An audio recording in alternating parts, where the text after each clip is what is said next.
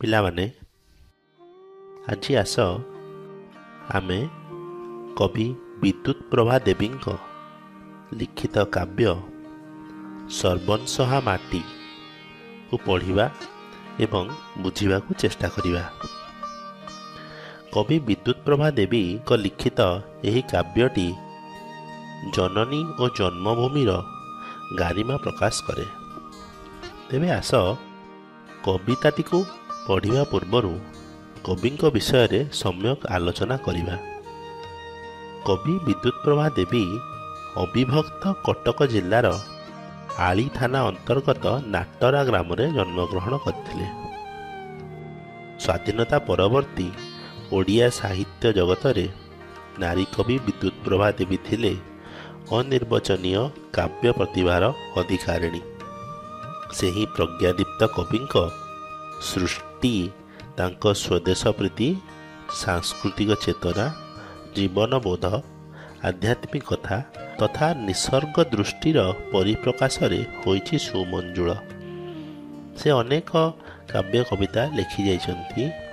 ତନ୍ମଧ୍ୟରୁ ତାଙ୍କ ସାରସ୍ୱତ ଲେଖନୀ ନିଃସୃତ କିଛିଟି କବିତା ଯଥା କନକାଞ୍ଜଳି, ମରୀଚିକା, ବିହାୟସୀ, ଝରାଶିଉଳି, ସ୍ୱପ୍ନଦୀପ, କାକଳି, ଯାହାକୁ ଯିଏ, ସଞ୍ଚୟନ, ମାଟି ପାଣି ପବନ, ଉତ୍କଳ ସାରସ୍ୱତ ପ୍ରତିଭା ଆଦି ଅନ୍ୟତମ।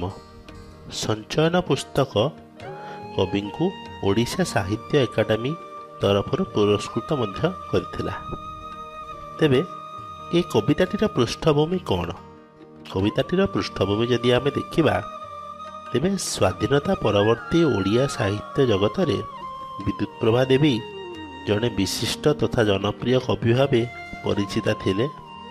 କବିଙ୍କର ମାଟି ପାଣି ପବନ କବିତା ପୁସ୍ତକରୁ ସଂଗୃହୀତ ସର୍ବଂସହା ମାଟି ଶୀର୍ଷକ କବିତାରେ କବି ମାଟିକୁ ମା ସହିତ ତୁଳନା କରି ମାଟି ମା'ର ମହନୀୟ ଗୁଣାବଳୀ ବର୍ଣ୍ଣନା କରିବା ସହ ମନୁଷ୍ୟର ସୁପ୍ତ ଦିବ୍ୟ ଚେତନାକୁ ଜାଗ୍ରତ କରିବା ପାଇଁ ଆହ୍ୱାନ ଦେଇଛନ୍ତି। ତେବେ ଆସ ପିଲାମାନେ ଆମେ ଏହି କବିତାଟିର ସାରମର୍ମ ବୁଝିବାକୁ ଚେଷ୍ଟା କରିବା। ଜନନୀ ଜନ୍ମଭୂମିଶ୍ଚ ସ୍ୱର୍ଗାଦପି ଗରୀୟସୀ।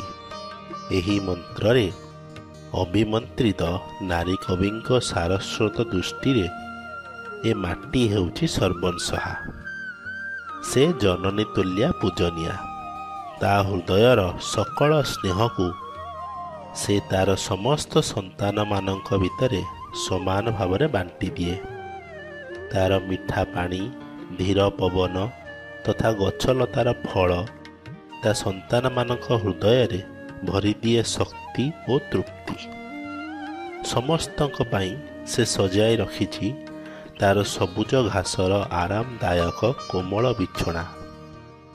ମା ପରି ସନ୍ତାନର ସକଳ ଅଳି ଅର୍ଦ୍ଦଳି ସହି ତାର ରୋଗପୀଡ଼ା ନିବାରଣ ପାଇଁ ସାଇତି ରଖିଛି ବୃକ୍ଷଲତାର ବିଭିନ୍ନ ଚେରମୂଳି ଔଷଧ। ଚିତ୍ତ ବିନୋଦନ ନିମନ୍ତେ ସେ ନଦୀ ସମୁଦ୍ର ମଧ୍ୟରେ ଭରି ରଖିଛି ଅନେକ ହସକଥା। ତା ବଣ ପକ୍ଷୀର ଡାକ ମନକୁ ଆନମନା କରିଦେବା ସହ ଗର୍ବରେ ବକ୍ଷକୁ ସ୍ଫୀତ କରିଦିଏ।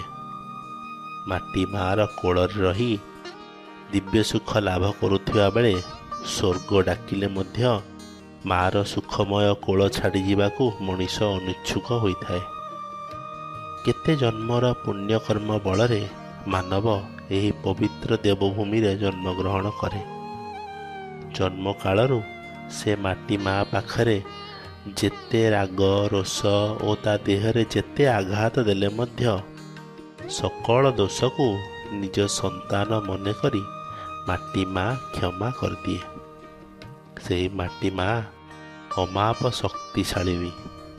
ତେଣୁ କବି ନିଜେ ସକଳ ଦୁଃଖକୁ ସହି ଆପଣାକୁ ଜଗତର ମଙ୍ଗଳ କର୍ମରେ ନିୟୋଜିତ କରିବା ନିମନ୍ତେ ନିଜ ଛାତିକୁ ଟାଣ କରିଦେବା ପାଇଁ ମାଟି ମା ନିକଟରେ ଶକ୍ତି ପ୍ରାର୍ଥନା କରିଛନ୍ତି। ମାଟି ମା'ର ଶରୀର ପାହାଡ଼ ପଥରରେ ଗଠିତ ହେଲେ ମଧ୍ୟ ତାର ପ୍ରାଣ କୋମଳ ପତ୍ର ସଦୃଶ। ତେଣୁ ସଂସାରର ଦୁଃଖ ଜଞ୍ଜାଳ ସହିବାକୁ ତାଙ୍କୁ ମାଟି ମା ପରି ଦୃଢ଼ କରିଦେବାକୁ କବି ନିବେଦନ କରିଛନ୍ତି। ମାଟି ମାର ମୁକ୍ତିରେ ହିଁ ସନ୍ତାନର ମୁକ୍ତି, ତାର ହସରେ ହିଁ ସନ୍ତାନ ମୁଖରେ ଫୁଟେ ହସ। କିନ୍ତୁ ସନ୍ତାନମାନଙ୍କ ଚିତ୍ତରୁ ଆଜି ହଜିଯାଇଛି ସେହି ଚିନ୍ତା ଓ ଚେତନା। କବିଙ୍କ ଦୃଷ୍ଟିରେ ବୀରଭୂମି ଦେବଭୂମି ଭାରତ ଜନନୀ ହେଉଛନ୍ତି ଚେତନ ଗର୍ଭା। ତେଣୁ ସେ ହଜିଯାଇଥିବା ସେହି ସୁପ୍ତ ଚେତନାକୁ ସନ୍ତାନମାନଙ୍କ ହୃଦୟରେ ଜାଗ୍ରତ କରାଇବା ପାଇଁ ନିବେଦନ କରିଛନ୍ତି। ସେହି ଜନ୍ମଭୂମିର ଅନ୍ତର୍ଗତ ଆଦେଶ ଲାଭ କରି କବି ତାଙ୍କର ଯଶଗାନ କରିଚାଲିଛନ୍ତି। ମାଟି ମାର ଦୁଃଖର ରାତ୍ରି ପାହି ଆସିଲାଣି।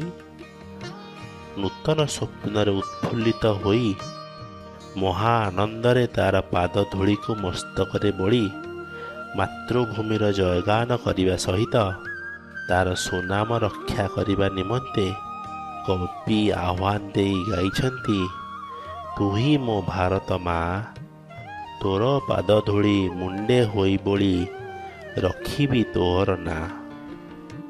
ସେହି ମାଟି ମା ସର୍ବଂସହା। ସେହି ମାଟି ମାର ମିଠା ପାଣି ପବନ ଓ ଗଛଲତାର ଫଳରୁ ଶକ୍ତି ଓ ତୃପ୍ତି ଆମେ ଲାଭ କରିଥାଉ।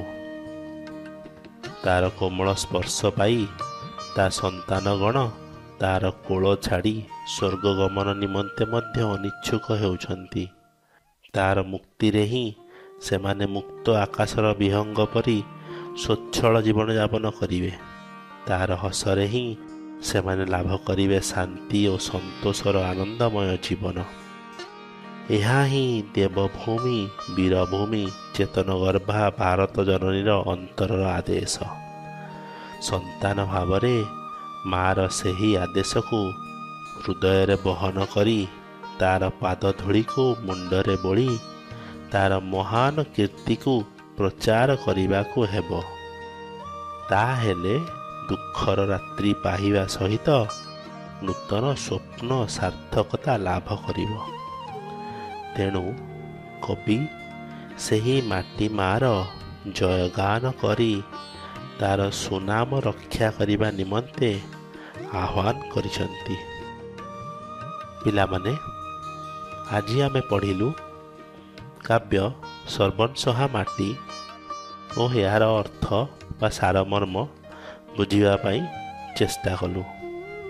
କବି ଏହି କବିତା ମାଧ୍ୟମରେ ଏହା କହିବା ପାଇଁ ଚେଷ୍ଟା କରିଛନ୍ତି ଯେ ବାସ୍ତବରେ ମାଟି ମା କୋଳର ସୁଖ ସ୍ୱର୍ଗରେ ମଧ୍ୟ ଦୁର୍ଲଭ।